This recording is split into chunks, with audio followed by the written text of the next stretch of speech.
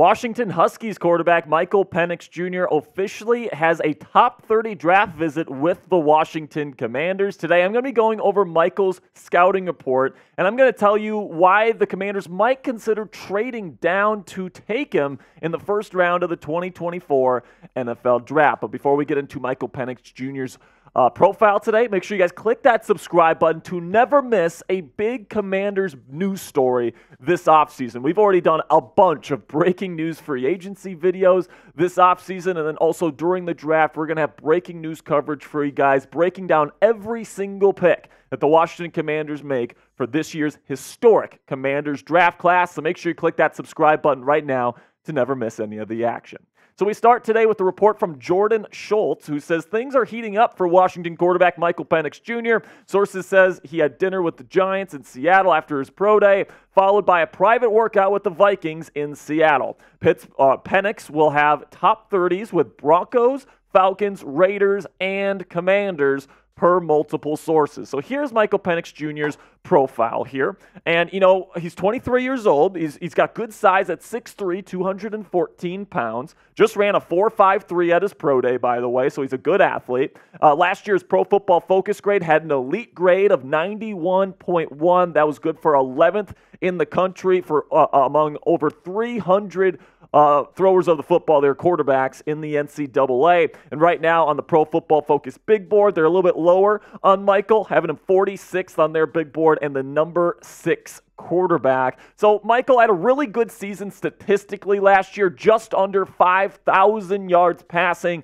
36 touchdowns, 11 interceptions, and a good completion percentage right there when you take into account just how much he was throwing the ball down the field. Other guys in this class do have higher completion percentages like J.J. McCarthy, Bo Nix, but you have to keep in mind on their film, they're pretty much throwing checkdowns, and they're throwing passes short to the line of scrimmage. All right, and to the field of play. Michael Penix Jr. was airing the ball out, and he was still throwing. Over 65% of his passes were completion. So really good stuff there from Michael Penix Jr. there in Washington. But the big question is he going to translate to the National Football League? So let me know your take down there in the comments section. What is more likely for Michael Penix Jr. as he enters the NFL? Type boom if you think he's going to be a great success in this league, or type bust if you think his career is going to crumble and fall. And now I want to go into my scouting report here on Penix because I think his profile is definitely getting a little bit slept on right now. And I do think that Michael has a decent chance to be a legitimate franchise starting quarterback in the National Football League as he enters the National Football League. So now let's get into the pros. I like the size, 6'3", 214 pounds. He's got the size to see over the middle of the field. That's not going to be an issue. Number 2, the arm strength is for real. All you have to do is watch one highlight tape of Michael Penix Jr., and you can understand the laser beams that this guy has put on film over the last 2 seasons with the Huskies. Number 3, not only is the arm strong, but it's an extremely quick release, and this allows Michael to hold on to the football for longer and really stare down the barrel of a defender coming in on him, and then he's able to just very rapid fire throw that thing with a flick, and usually he's doing it pretty darn accurately, which is my number 4 pro with Michael Penix Jr. He's got a strong arm, it comes out of his hand quickly, and more often than not, it's going to be pretty accurate. Now, it's not 100%. It's not like the best accuracy I've ever seen, but especially given how far he throws the ball down the field. It is very impressive how accurate Michael Penix Jr. is when throwing the ball down the field, putting it on a dime, and giving his guys, I mean, Roma Dunze, Jalen Polk, Jalen McMillan, all these guys are going to be really highly touted wide receiver prospects heading into the league. Giving those guys opportunities is something that Michael did at a very high level. And then also another thing that I really like on his film that's very translatable to the National Football League is his mental processing and his downfield vision. All right, something with J.J. McCarthy and on his film that bothers me is that sometimes there'll be an open post route, no safety help over the top. He can rip it. He's got protection. and then he throws a 5-yard check down. Michael Penix Jr. does not do that. He is extremely aggressive when targeting down the field, and he knows how to read rotating safeties. He knows the different coverage rules. He knows how to attack down the field, and he knows when to pull the trigger and throw the ball to his respective weapons. That is something that's going to be immediately translatable to the National Football League and could really be the big thing that gets him success in the league. And then also another thing I like about Penix and his mental processing is that he can find his check down, and sometimes he gets to his check down even a little bit too quickly, which might be a con of his, but he protects himself well. He gets the ball out of his hands. He doesn't take too many sacks, and that's something that I like about his game heading into the National Football League. But it's not all perfect, guys. In fact, there's some red flags that we need to discuss with Michael Penix Jr. here, and things that you need to know as somebody that's considering Michael Penix Jr. here. But before we get into the cons,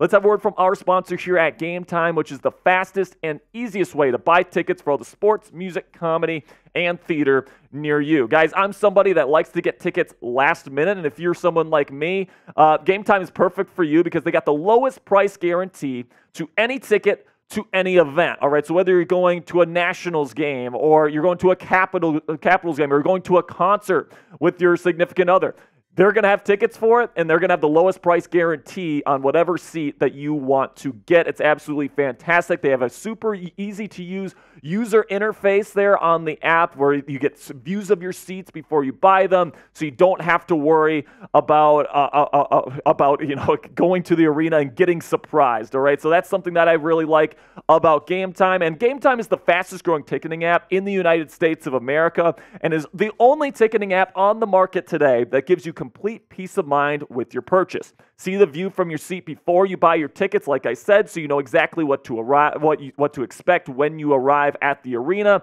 And tickets are also sent directly to your phone, another great feature instead of your email, which just increases the user friendliness of their platform. Take the guesswork out of buying tickets with GameTime today. Download the GameTime app, create an account, and use code CHATSPORTS. That's one word, all caps. It's right down there in the bottom of your screen for $20 off your first purchase. Terms apply. Again, create an account and redeem code CHATSPORTS, one word, all caps, for $20 off. Download GameTime today. Last minute tickets, lowest price, guaranteed.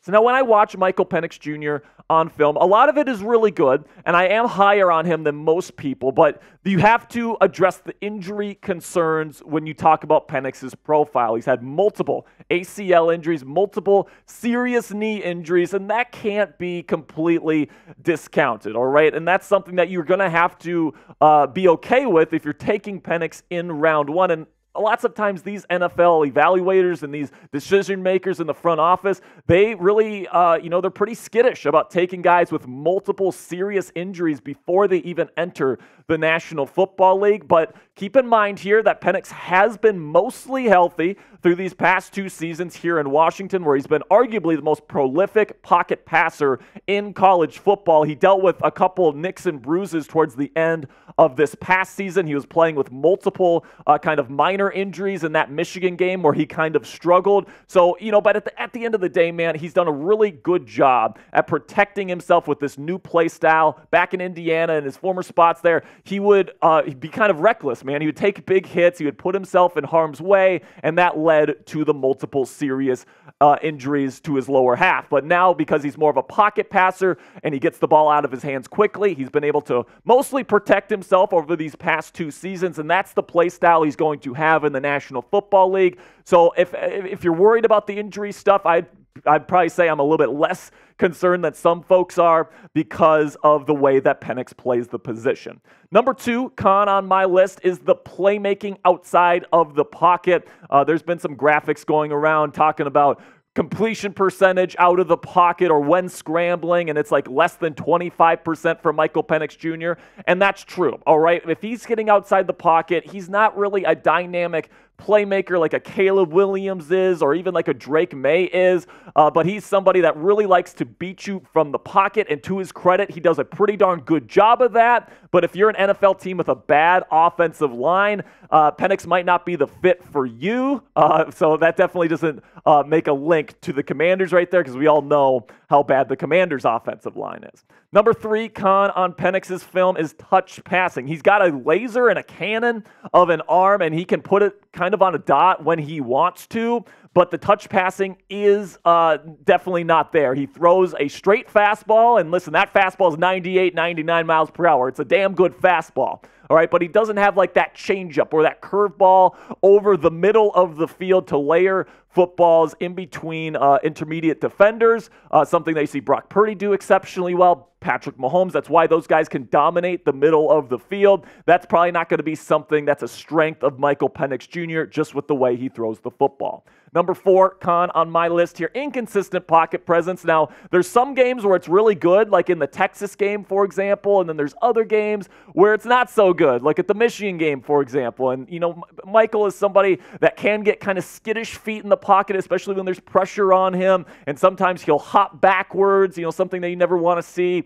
But, you know, there is some good stuff in this department on his film, so I'm not going to say it's like a huge concern, and he's generally pretty good at this. But there are some kind of warts on his film in terms of pure pocket presence where he's not going to be the best in this category in the league. And then we got wonky throwing mechanics. I'm a little bit less worried about these mechanical issues with Michael. You know, it's kind of a pushy throwing motion. But guess what, guys? Phillip Rivers had the most pushy throwing motion in the world, and he had a ton of success in this league for a very, very long time. And I really think that the metric that people need to be looking out for is not necessarily the mechanics in which Michael throws the football. It's how is he throwing it, and is he throwing it with accuracy, and is he getting the job done? And on his film, he undeniably is getting that job done. So this is far from a deal breaker for me.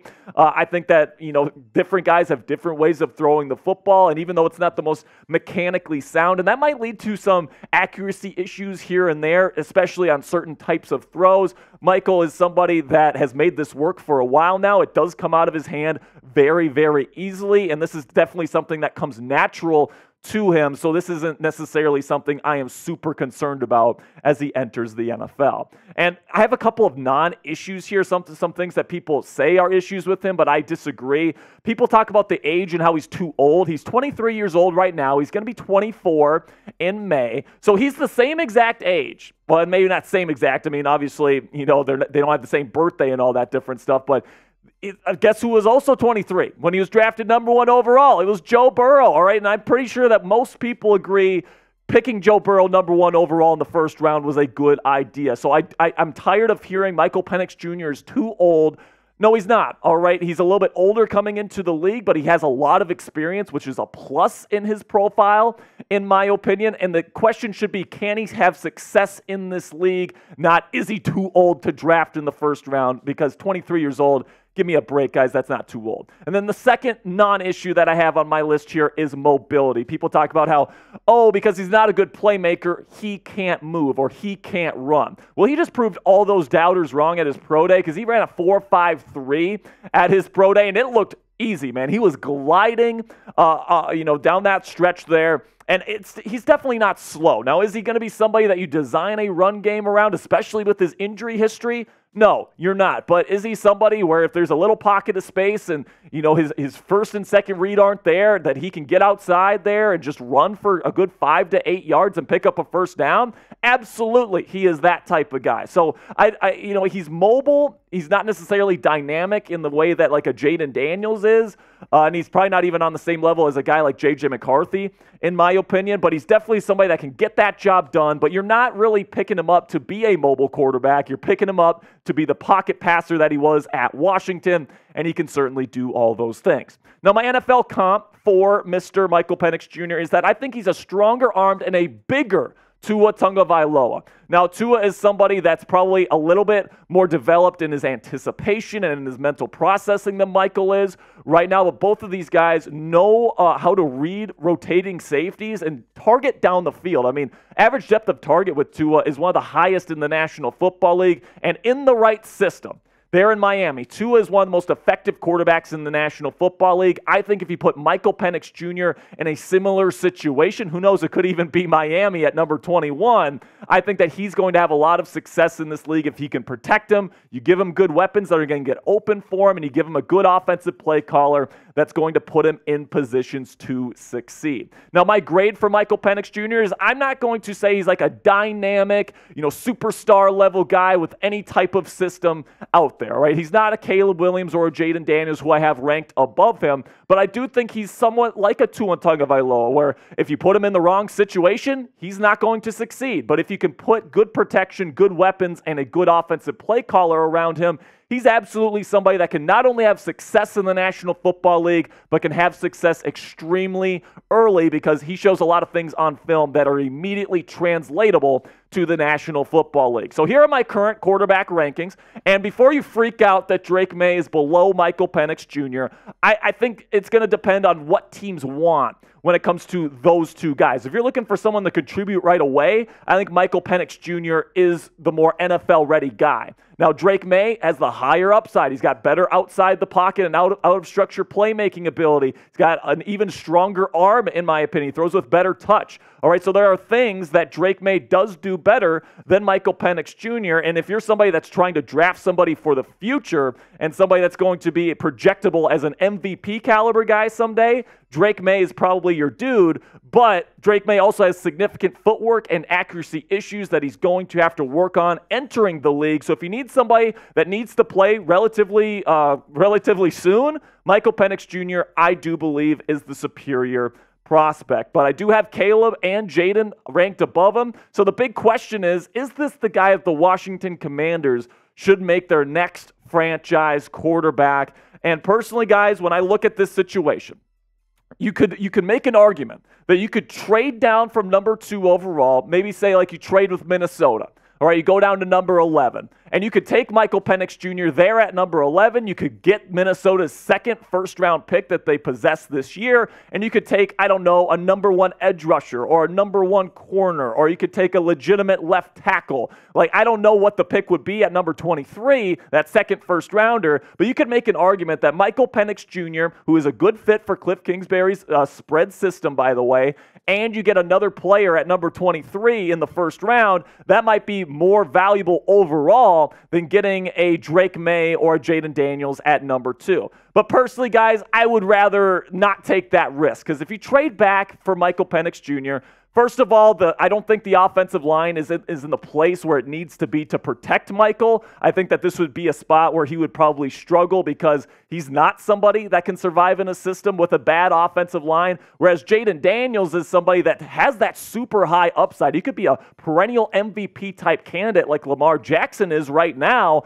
and he's somebody that can fit into the system from day one with the offensive line. He can make guys miss. He can move around. He can use his legs the way that Michael Penix Jr. just probably cannot do to start his career. So personally, I'm staying at 2. I'm not playing any games or risking anything by trading down to number 11 and having somebody poach him. So if you're at number 2, you're sitting in the driver's seat. You get your chance to get a real dynamic and electric quarterback of the future, and to me, that's Jayden Daniels. So even though I like Michael Penix Jr., and I think if he can go to the right team, he's going to have success, I think Jayden Daniels is the type of guy that could completely be a transcendent talent for this football team, and I think that's got to be the pick. Now, pick one for me down there in the comments section. Would you rather have Jayden Daniels at number 2 overall, type JD if you think that, or if you'd rather trade down with Minnesota, get an additional first-round pick this year, and then take Michael Penix Jr. at number 11, type MP down there in the comments section. So before I go today, I wanted to address this because this happened last week, and we didn't have time to address it on the show, but I want to address it now. Brian Kelly, the LSU's head coach, was talking to the media after Jayden Daniels' pro day last week, and he said something very interesting that lots of Commanders fans are kind of going crazy over. So this is what he said. He, as in Jayden Daniels, is going to get the ball out to his playmakers and make plays for Washington. All right, so many people are thinking, does Brian Kelly know something? Like, did Jayden Daniels tell him that the Commanders are definitely locked in on him? There's a bunch of rumors going around about this. And I'll say right now, I think this is probably just a mistake. I think Brian Kelly is probably just drinking a little bit of the Kool-Aid, and he's been seeing mock drafts, and maybe Daniels is telling him he wants to come to Washington, and he just kind of assumed that he's going to be the guy, and he doesn't really know anything. However, he might know something, all right? Obviously, he has a close relationship with Jayden, and it's not impossible that the kid ended up telling his former head coach, yeah, man, it's really looking like I'm going to go to Washington, and then in kind of just a brain fart moment there from Brian Kelly, he just let it slip to the media. And I definitely think that that's possible, but I don't care what Brian Kelly says, honestly, guys. I just think that Jayden Daniels is the right pick at number 2. All right, whether Kelly says it, whether Kelly doesn't say it, I don't really care. What I worry about is what my evaluation tells me about the kid. And for me, if my choices are between him and Drake May at number 2, I would rather go with Jayden Daniels because I think he's got that super high upside that Drake May also has. So they're both super high upside guys. But Jayden Daniels has cleaner pocket footwork. He has cleaner upper body throwing mechanics. And he had a lot more production than Drake last year. And I understand that UNC didn't have the best supporting cast and all these different things, and Jayden had not one but 2 ridiculous wide receivers to throw to there at LSU. And by no means is Jayden Daniels a perfect prospect, guys. He has trouble seeing the middle of the field. He rarely throws to that area. It's mostly just fades and goes and posts.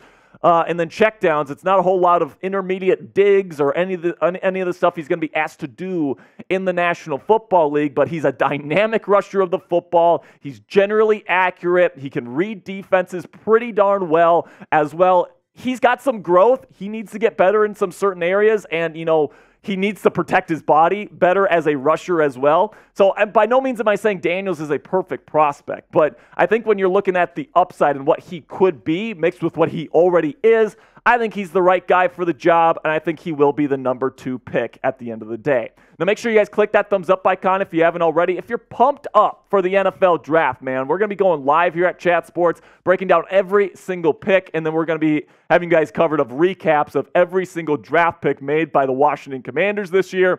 So make sure you click that thumbs up icon if you appreciate the daily content here on the platform.